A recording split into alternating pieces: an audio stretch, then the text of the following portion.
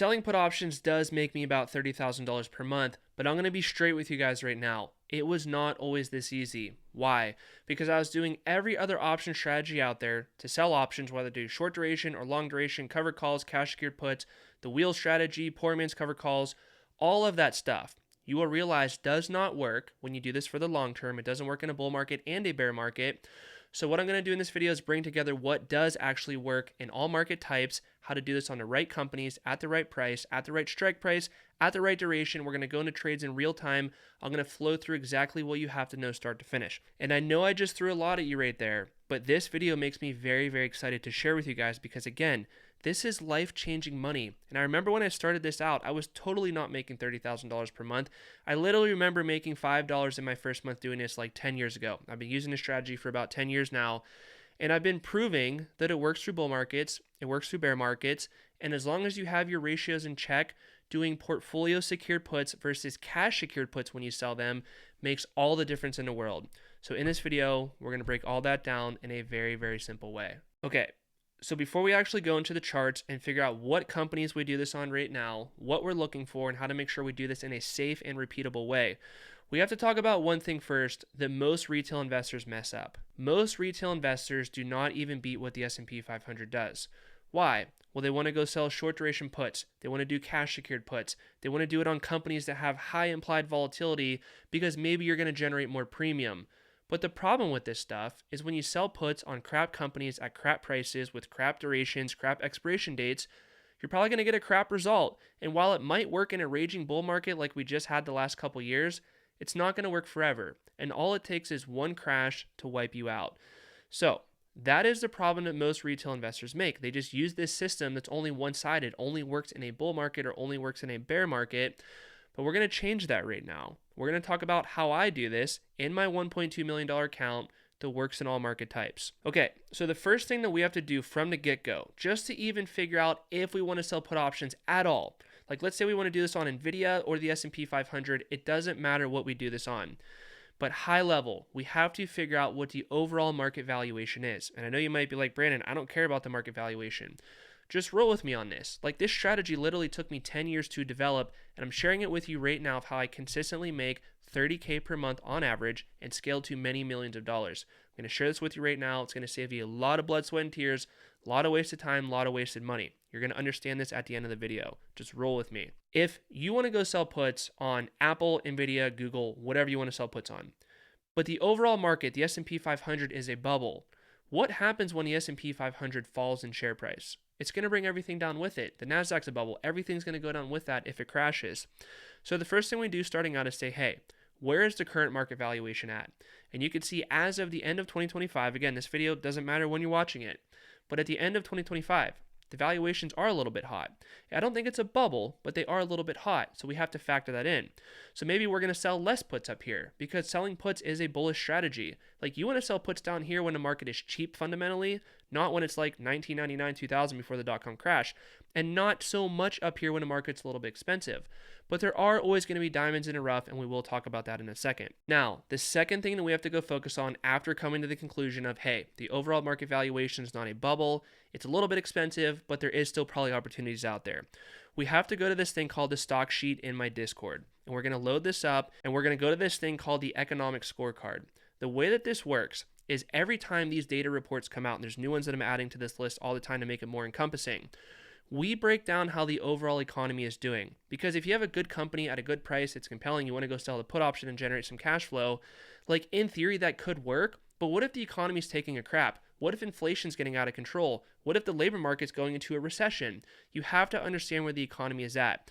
So you can see at the time of this video right now, 143 out of 200, we are in a good economy category. So we check the box of valuations are within reason and the overall economy is good. I'm not saying it's like a perfect setup right now, but it is a reasonable time to sell put options. Now, the next thing that we have to look at is, hey, what ticker are we going to do this on? What ETF, what individual company are we going to sell puts on? So I have this thing right here called the stock sheet version 2.0 we're on right now. It gets updated all the time. I grade companies based on valuation, how fast they're growing, how good their moat is, how hard it's really going to be to execute on what they really want to execute on. Like if you think about Tesla, for example, like they want to get robotaxis and all these humanoid robots out there, their execution execution risk is high. It's going to be really hard to actually do that. The overall sentiment, and then the macro thesis. So this macro thesis comes from the economic scorecard right here, and you can see they're weighted on different, weights right here, how important they are. So without getting into the minutia, NVIDIA, for example, has a score of 85 right now. Good valuation, good growth, good moat. The execution risk, there is still risk there, but they're still probably going to go through with their mission of what they're trying to do. So we agree that this company right here is potentially undervalued with good growth. All that stuff checks all the boxes. And there's a lot of research that goes into the back end of valuation and stuff like that. Like, I'm not here to try to shill the Discord, but for example, like if we look at NVIDIA, I have all these thesis videos right here that we go through and break everything down. And then if we go to the breakdowns channel right here, and then we could just search NVIDIA and that breakdown will pull up right here. I type all this stuff out by hand, going through the earnings call, through the earnings report, breaking down every single thing that matters. And then I have this thing called an intrinsic value calculator, and basically just spits out, hey, where I think NVIDIA's fair value might be at right now in relation to where the actual share price is at. On top of that, again, if we go back to NVIDIA, I have these things where I plot the chart, we do the earnings per share growth line, talk about the stock is over or undervalued and stuff like that. So based on all the totality of that data, we agree that we're going to say for this example in this video, we are bullish on NVIDIA. So now what do we do? What strike price do we pick? What expiration date do we pick? All that good stuff. How do we figure out if we are getting a good option contract? So what we're going to do is we're going to go over to my Charles Schwab account. You can see I have basically no cash in this account because I do portfolio secured puts, not cash secured puts. We'll talk about that in a little bit, but don't worry about that right now. It doesn't matter. I have a lot of buying power. There's money in this account to do it, a few million bucks. All good. So what we're going to do is we're going to type in NVIDIA right here. Now our strategy is we're going to do a put option. We're going to do action, sell to open. Let's just say that we're going to sell one contract on NVIDIA. And by the way, I have level 3 options. All that stuff is good. Just call your broker up and say you want level 3 if you want to do portfolio secured puts. But again, more on that in a second. So we're going to sell the put option on NVIDIA right now. Sell to open, one contract. And we're going to go and figure out what expiration date and what strike price that we want to pick. Now, here's the thing about it. Before we actually pick this stuff, we understand from the get-go, we just evaluated the macro, the overall economy, the overall market valuation. Then we looked more at the microscopic stuff of NVIDIA itself. We feel like it's a good company at a good price with good growth, with a solid moat, and we feel like they're actually going to be able to do what they're trying to do. So all of that is built into all of this stuff before we even go and make a trade. So we feel like NVIDIA right now, for this example, at $189 per share, we feel like it's cheap. We feel like it's compelling. We feel like it's going to be much higher in the future. But as I always say, you have to build a margin of safety in your trades when you do them. I don't just make trades to make trades. I really want to understand this stuff on a microscopic level. So NVIDIA is $189 per share right now. What do we think NVIDIA is going to be in 2 years from right now? And also, what's going to happen if the market falls 50%? What if we get major volatility? What if China invades Taiwan? How do we factor all of that stuff in? We're going to walk through that right now. And one of the best ways to conceptualize this is to just go look at the chart right here. I know we've talked about these charts a lot in all my other videos, but just roll with me on this because it's good to see it and understand how we're going to pick our strike price, how we're going to pick our expiration date, and understand all the risks behind this because there are risks. There's no scenario where there's no risk. Like, there's always a little bit of risk to something. So this line that's plotted right here, I already did the math. This corresponds to the earnings per share growth of NVIDIA in this 2-year period right here. When a stock is below the earnings per share growth line, like think of a rubber band and you stretch it down, the stock wants to, when you let it go, wants to fling back up to the earnings per share growth line. Like, this is when a stock is undervalued. Up here, the stock is expensive. It's stretched above that line. Up here, the stock is expensive. It's stretched above that line. So in the long term, the stock is going to bounce above and below this line right here. That's how it usually goes down. There are other factors. This line is not a perfect science, but it is very, very powerful to do. And also for the record, you can see right here, I already have it plotted on the S&P 500. There's many services that do this for you and could save you a lot of time. But let's go back to the chart right here. If we understand the earnings per share for NVIDIA is going up and to the right in a consistent way, literally quarter after quarter after quarter, their earnings per share is going up. Like, just take a look right here. Like, this is earnings per share literally going straight up on NVIDIA quarter after quarter after quarter. There's no surprise that this earnings per share line right here going up kind of looks like my earnings per share line going right here. Like, earnings per share is going up for NVIDIA on the same percentage ratio as the stock price going up right here. That's how I have it plotted out on this chart right here. But going back to the original example, most people, what they like to do is they like to sell put options with like a 1 or 2 month contract. And the problem with that is this, like, we'll just go set this up together. So right now it's January 7th. So we're going to go out, we'll just say people do like a February 7th. They'll go 1 month out. $189 per share. Again, we feel like Nvidia is cheap to start, so you might as well go sell the put if you keep your ratios in check, which again we'll talk about that in a second. So you're gonna go sell the 180 put. And what you're gonna realize is that you're gonna pick up roughly $4 per share in premium, and every option contract is 100 shares. So $4.05 times 100, that's where we get our 405 right here. But here's the thing about it. Look at your margin of safety right here. You are only going 1 month out and you only have a 180 strike price. So technically your break even is going to be 180 minus $4. So it's going to be $176 for your break even. Still a decent buffer. But what happens if the market falls? And what happens if the market crashes? Like we just saw before, the valuations are a little bit hot and the economic scorecard, like the economy is good, but it's not amazing. Like what if the market falls 40%? What does that mean for all the things that you're selling puts on? Like we just did a lot of research to figure out that we want to do this on Nvidia. But when you're doing this on crap companies at super high valuations that aren't, really even profitable at all, like the quantum stocks or crazy stuff like that, the SoFis, the IRINs, the Palantirs, whatever. Like there's a lot of overvalued companies right now. And when you sell puts on those companies, short duration with a strike price that is high and close to in the money, when the market falls, all of your cash secured puts are going to be assigned and you're going to ride the bag down on these companies that you might not actually want. The difference with me is this. I'm going to go right here and let's just say that we pick the 127 of 2028 sold put. I'm going to go all the way out until 2028. And what is my strike price going to be? Let's just say we pick a 150 strike. So I pick a 150 strike going all the way out until 2028 and look at how much premium I pick up for doing one single contract when it is ultra compelling to sell the put on Nvidia. I'm going to pick up $2,300 per contract. Meanwhile, you're going to say, well, I'm going to get theta every single month, month after month after month. Brandon, you're not going to make any money in the short term on this stuff. That's simply not true. So if we go back to the chart on Nvidia, you'll realize that I am not selling puts up here. I am not selling puts right here. I am selling puts somewhere in this range right here. I'm selling puts somewhere in this range right here. And again, this doesn't matter what company we're talking about right now. I know I talk about Nvidia a lot on this channel because it's just the popular company, but this is how I break down every single company out there. So when you sell the put on the good company at a good price and you pick a longer expiration date, look at what is happening in the background. Look at this earnings per share line going up and to the right. As we talked about before, the stock is likely to follow this in the long term. That is how the stock market works.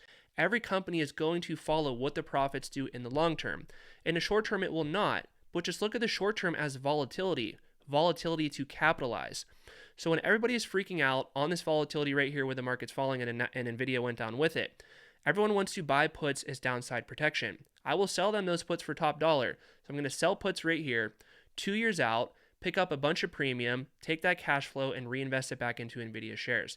Now, I know I just kind of like jumped the gun and went to what I actually do before we actually pick the strike and expiration date, but I just wanted to put that nugget in your head right now, and I'm going to come back to that in a second. But let's just think about this for a minute. Let's say that we didn't even pick the bottom of the market perfectly, because understand, like, nobody could time the bottom of the market perfectly, and if you do, you just got lucky. Let's say that we sold puts on Nvidia right here, okay? It's $120 per share. Let's say that we went to a 110 strike, so we're going to go right here, and then we're going to go from roughly, we'll say that is April of 2025. Let's go all the way out until April of 2026. This is 1 year right here. 1 year, okay? Notice your percent that you are selling this put theoretically below intrinsic value, 25% below. But notice what's happening as time goes on. Like, I could extend this line because honestly I have to, but like if we just interpolate that line going all the way out to like right here where earnings per share is going to continue to go up, like look at my margin of safety, look at my buffer. I have almost a 50% margin of safety. You have a 25% margin of safety, and even at that, like there's a lot of volatility that happens in the short term. We don't know what the market's going to do in 1 month. Nobody on planet Earth does. So when I take a sold put, generate big cash flow, reinvest my money down here, and choose a strike price and an expiration date that is a pretty compelling strike price and expiration date, you could see why I am much more consistent with this stuff. So if we flip back to Schwab really quick and set this up, like this is something that I would consider to sell on Nvidia literally right now at the time of this video. Going all the way out till 2028, a 150 sold put, and I'm going to pick up roughly $2,300 in premium.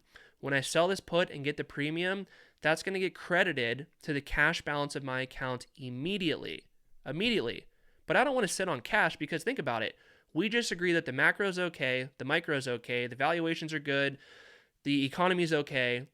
Why would I want to sit on cash? Like that builds into why would I ever want to do a cash secured put if I'm bullish? I wouldn't, because you have all that cash sitting there doing nothing. Meanwhile, the stock that you are bullish on is going up potentially. So again, if we just flip back to the chart, like, let me just look at this chart right here. Like, again, we're not going to say we timed the bottom. We'll just say we did it right here and there's way more downside to come. Say you sold the put right here and you did a cash secured put. Yes, maybe you would have went out a couple months and your contract would have expired worthless. Good for you. But if you just simply would have bought those shares and rode them to where they're at right now, you would have been up 55% in literally like 7 months. Like, doesn't that sound kind of stupid that you did all those trades? You probably didn't hit every trade in a row like you think you're going to hit. Definitely got assigned some right here. Definitely got maybe assigned right here early. I made one trade and would have made 55% just buying the freaking shares. Like, that is why cash secured puts suck. And this is how I do generate a good amount of premium, because I'm not doing cash secured puts. I'm doing portfolio secured puts, because cash is cash. But if I'm bullish, I don't want cash. And I know I'm talking about a lot here and I might be losing you, but I'm going to bring this together in a second here. We talked about this in so many of my other videos. You're probably going to click off right now, but I just want to hit this one more time just to make this video complete, because we have to talk about, well, Brandon, you're selling all these puts. What happens if the market crashes? So let's just say right now I have roughly $2 million. If you held a gun to my head and say, Brandon, how much money can you come up with in 7 days? I'll say $2 million. That's pretty realistic. All the sold puts in my account as of 1/4 of 2026, I'm on the hook to buy $512,000 worth of stock. So if my base portfolio falls, like my base portfolio is heavily in the S&P and the NASDAQ, and then there's some bonds in there too in individual companies. But if this falls 50%, think about that, 50%, this is going to be worth $1 million. Who's to say I can't sell some of these shares, generate $500K in cash, and then go take assignment? Like, I would do that. But on top of that, like, what if I want to roll the contract down and out? What if I want to take assignment on margin? Like, think about this. If we go back to the NVIDIA chart, wouldn't you want to take assignment on margin down here? Let me get myself out of the way. Wouldn't you want to take assignment down here on margin? Because look at how undervalued this company potentially is.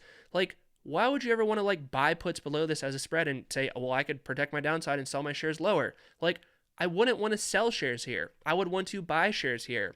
And that is what selling long duration puts allows me to do. Warren Buffett has done this strategy many, many times. Just go look it up. I'm not going to talk about it here. You're selling puts when it makes sense, long duration, picking up the cash flow, doing it portfolio secured, always keeping your ratios in check, like I already talked about right here. And you only do this when it's ultra, ultra compelling to do. That, in my opinion, is where the big money is at. And I've done this through bull markets and bear markets. The video literally right before this one, I went on my Charles Schwab account. I showed you my true compound annual growth rate like a week before COVID happened until right now, like almost a 7-year CAGR. I smoked the S&P, I smoked the NASDAQ, because this system just literally works. Like, it's that simple. Like, we're buying good companies at good prices and simply using options to magnify an expected return. If I don't know what a stock is going to do, number one, I'm not going to buy it. But number two, I'm definitely not going to use options to magnify my I don't know mindset. Like, only ultra convicted plays I will do this on. And doing that has led me to beat the market in the last 7 years. I don't care what your returns were in 1 year. I don't care what your returns were in 3 years. Dude, the market's been going straight up. We all did so good in the last 3 years. But how did you do through a bull market? How did you do through a bear market? And how did you do through COVID when we were hitting circuit breakers like multiple days in a row? Like, that's the true stuff that matters to me. Okay.